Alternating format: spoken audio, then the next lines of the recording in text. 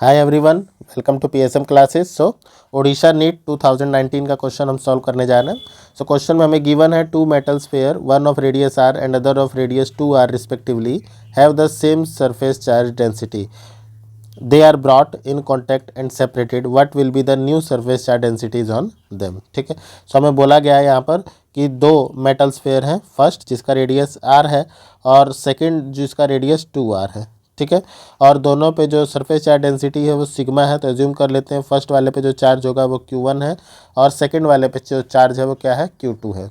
हम इसको क्या करते हैं, इन दोनों को कांटेक्ट में लेके आते हैं। तो जब कांटेक्ट में लेके आएंगे तो यहाँ पर क्या होगा कि चार्ज का ट्रांसफ़र होगा। तो चार्ज का ट्रांसफ़र होने के बाद एज्यूम कर लेते हैं कि फर्स्ट वाले कांटेक्ट में लेके आने के बाद हमें क्या करना है, फिर से इसे सेपरेट कर देना है। कांटेक्ट में लेके आना है और फिर से सेपरेट कर देना है, तो चार्ज का ट्रांसफ़र होगा। अब एज्यूम करते हैं कि चार्ज का ट्रांसफ़र होने के बाद जो न्यू सरफेस चार्ज डेंसिटी है वो सिग्मा 1 है। ठीक है, और जो चार्ज है उसको हम मान लेते हैं Q1 डैश है। ठीक है, सेम जो है सेकंड वाले में भी जो सरफेस चार्ज डेंसिटी है सिग्मा 2 है और चार्ज जो है Q2 डैश है। ठीक है ना।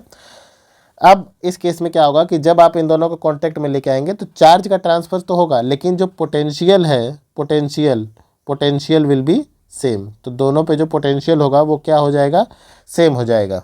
ठीक है, तो कांटेक्ट में लाने के बाद दोनों का पोटेंशियल क्या होगा, सेम होगा।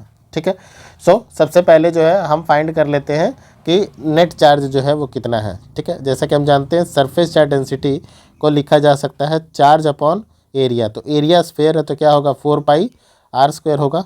ठीक है ना, क्या होगा, 4πr² होगा। सबसे पहले हम अगर Q1 की बात करें तो क्योंकि इसका रेडियस r है तो Q1 इक्वल टू यहाँ से लिख सकते हैं सिग्मा इंटू 4πr²। क्लियर है। और अगर Q2 की बात करेंगे तो Q2 के लिए जो है ये हो जाएगा सिग्मा इंटू 4π। अब इसका रेडियस जो है 2r है तो ये हो जाएगा 2r²।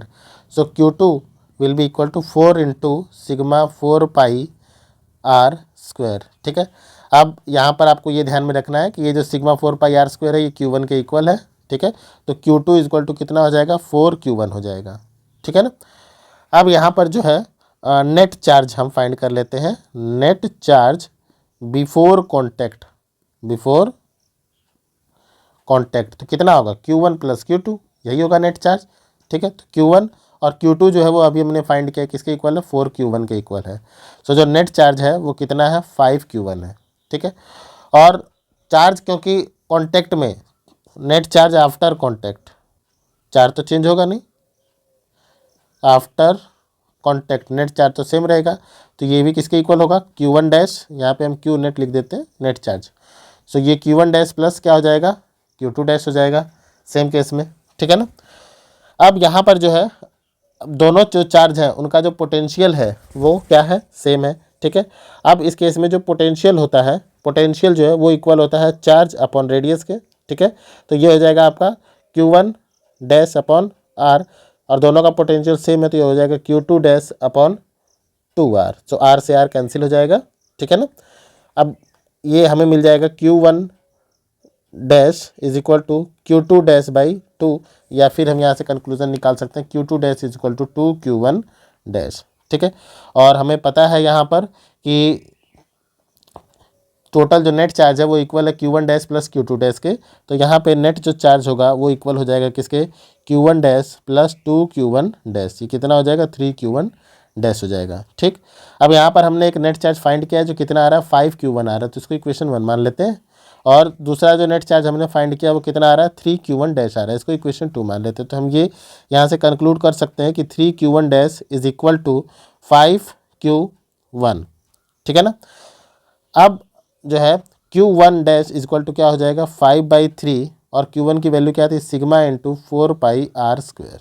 ठीक है, अब हमें अगर सिग्मा 1 की वैल्यू निकालनी है तो sigma 1 equal to charge upon area होता है। तो चार्ज है 5/3 सिग्मा इंटू 4πr³।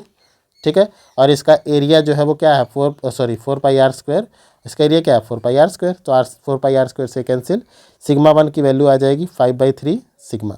ठीक है, सेम वे में Q2 डैश हमें एक गिवन है कितना, 2Q1 इक्वल है, तो ये हो जाएगा 2 × 5/3 sigma into 4πr²।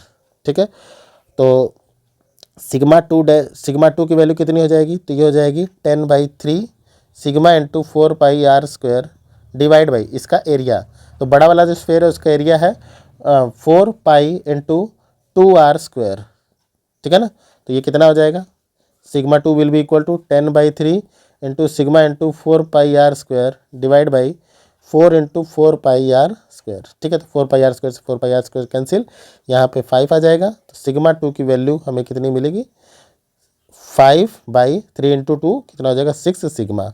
Sigma two की वैल्यू कितनी मिली, 5/6 सिग्मा, ठीक है। और सिग्मा वन की वैल्यू 5/3 सिग्मा आई थी। तो हम यहाँ पे देख सकते हैं कि ऑप्शन जो है सिग्मा वन की वैल्यू 5/3 सिग्मा और सिग्मा टू की वैल्यू 5/6 सिग्मा, तो ऑप्शन डी जो है वो करेक्ट ऑप्शन होगा।